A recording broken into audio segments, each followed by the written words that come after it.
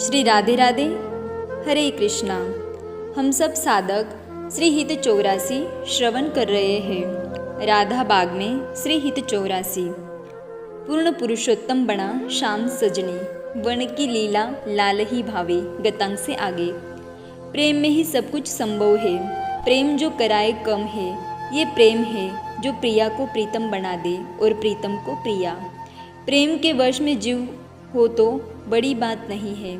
कथा तो तब बनती है जब ब्रह्म वश में हो जाए और प्रेम जैसा चाहे उसे नचाए और वो नाचे। प्रेम में ही ताकत है कि वो बड़े को छोटा और छोटे को बड़ा कर दे। चमत्कार तो प्रेम दिखाता है। क्या ये चमत्कार नहीं है जिसका दर्शन बड़े बड़े योगी नहीं पा पाते, जिसकी एक झलक बड़े बड़े ज्ञानियों को प्राप्त नहीं होती? वो ब्रह्म सखियों के पाँव पड़ रहा है कि मुझे श्री राधा से एक बार मिला दो। वो रुठ गई है, मेरी सहायता करो, ये परब्रह्म कह रहा है। और सुनो प्रेम का चमत्कार। हे सखी, मेरी प्रिया मेरी श्वास है, चाहे बाएं चले या दाहिने, यानी चाहे अनुकूल हो या प्रतिकूल, वो मेरी प्राण है, मुझे जीवन देने वाली है, मुझे उससे मिला दो, कृपा करो। परात्पर ब्रह्म की यह दशा प्रेम ने कर दी है। आप और क्या चमत्कार देखोगे? आप पत्र लिखो, हम राधा रानी को आपका पत्र दे देंगी, सखियों ने भी कह दिया। अब श्याम सुंदर ने पत्र लिखा और सखी के हाथों दे दिया। सखी निकुंज के भीतर गई, वहाँ श्री राधा बैठी हुई है। श्याम सुंदर ने पत्र दिया है।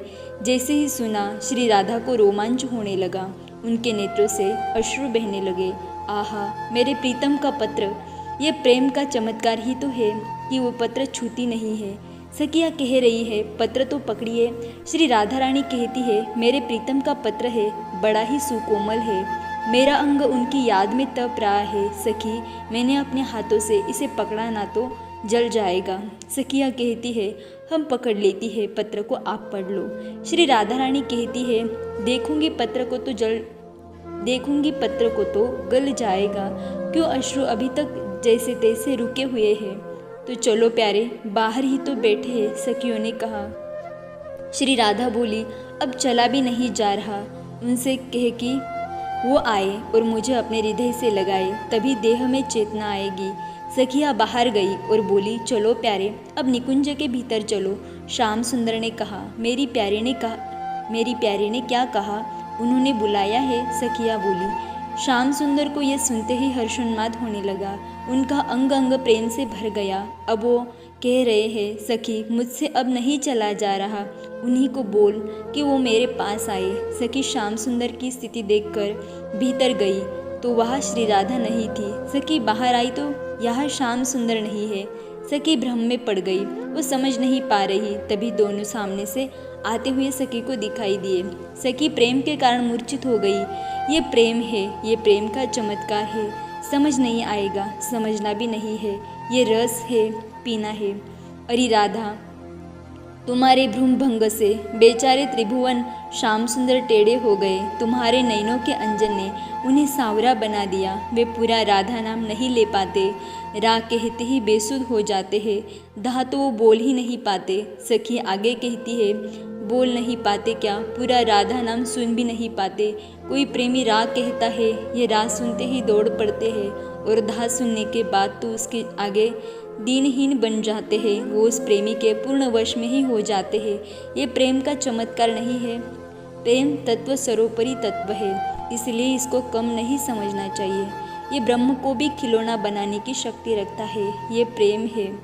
आज श्री हित 84 का 47वां पद गान होगा। वन की लीला लाल ही भावे, वन की लीला लाल ही भावे, पत्र प्रसून बीच प्रतिबिंब ही नक सिक प्रिया जनावे। वन की लीला लाल ही भावे, सकुच न सकत प्रकट परिरंभन, अलिलंपट दुरिधावे।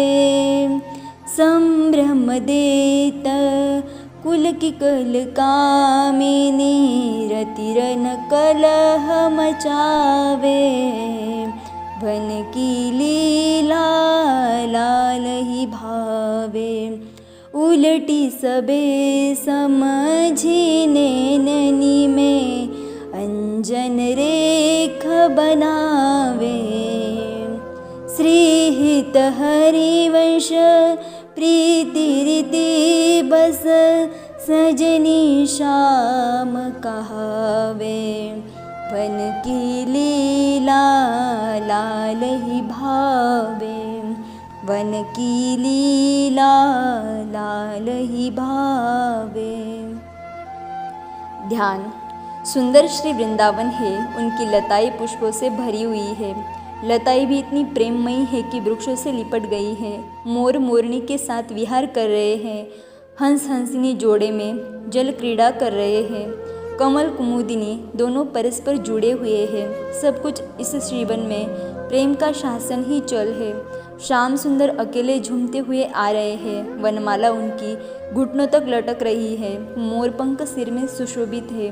पीतांबर ओढ़े हुए हैं। मुखचंद्र से माधुर्य रस टपक रहा है। ये जब चल रहे हैं तो इनके अंगों से जो सुगंध निकल रही है उससे पूरा जीवन महक उठा है। एक साथ हंसती खिलखिलाती सखियाँ कुंज से निकली। श्याम सुंदर रुक गए। वो दूसरे कुंज में जाना चाहते थे, पर सखियाँ इस नवीन कुंज से आ रही है, इसका मतलब मेरी प्रिया इस कुंज में है। हाँ रसिकवर, आपने ठीक सोचा, आपकी प्रिया इसी कुंज में है। ओहो, मुस्कुराए श्याम सुंदर और उस कुंज की ओर चल पड़े। ना, हमारे बिना इस कुंज में मत जाना, पीछे से सभी सखियाँ बोल उठी थी। श्याम सुंदर फिर रुक गए। क्यों? इसलिए कि इस कुंज की रचना विचित्र है। हमारे बिना जाओगे तो? श्याम सुंदर ने कुछ सोचा। ठीक है, आगे चलो। सखियाँ श्याम सुंदर के आगे हो गई और जैसे ही उस कुंज में पहले सखियाँ गई और पीछे श्याम सुंदर गए तो वहाँ वो चकित हो गए। उनके कुछ समझ में नहीं आया। क्यों? हित सखी से यह प्रश्न किया उनकी सखियों ने। तो हित सखी ने उत्तर दिया, वन कुंज की लीला लालन को अत्यंत प्रिय है। पर सखी, कुंज में प्रवेश करते ही लालन चकित रह गए, क्योंकि वहाँ के पत्र पुष्प आईना सरीखे थे। उसमें सबका प्रतिबिंब दिखाई देता था। तो हित सखी से फिर पूछा, नहीं नहीं, प्रतिबिंब में श्री राधा रानी ही दिखाई देती थी। जैसे सखिया भी है, पर उनका प्रतिबिंब पड़ रहा था उस कुंज के नाना पत्तों में, फूलों में, पर उनके स्थान पर श्री राधा ही दिखाई दे रही है। चारों ओर श्री राधा ही श्री राधा। अब तो श्याम सुंदर चमत्कृत थे, मानो वो शेष महल में ही आ गए हो। और इतना ही नहीं, श्री राधा को नख से शिख तक वो कुंज प्रकट कर रहा था। प्रत्यक्ष हजारों श्री राधा। जितने उस कुंज में लताओं के पत्ते थे उतनी श्री राधा, जितने पुष्प थे उतनी श्री राधा। बड़े प्रसन्न हुए श्याम सुंदर। चारों ओर मेरी ही प्यारी। पर अब एक इच्छा जागी कि अपनी प्रिया को आलिंगन करूं।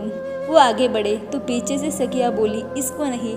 श्याम सुंदर रुक गए। पीछे देखा तो सखी थी, उसका प्रतिबिंब पड़ रहा था, पर यह कुंज उसे श्री राधा ही दिखा रहा था। श्याम सुंदर फिर कुछ दूर गए। वहाँ श्री राधा को देखा तो उन्हें आलिंगन करने के लिए बड़े ही थे कि नहीं नहीं, इसको भी नहीं। श्याम सुंदर फिर रुक गए। पीछे देखा तो ये दूसरी सखी थी, वो श्री राधा दिखाई दे रही थी। अब क्या करे? श्याम सुंदर परेशान हो गए। अपनी प्रिया को चारों ओर देखने के बाद भी ये छू नहीं पा रहे, आलिंगन नहीं कर पा रहे।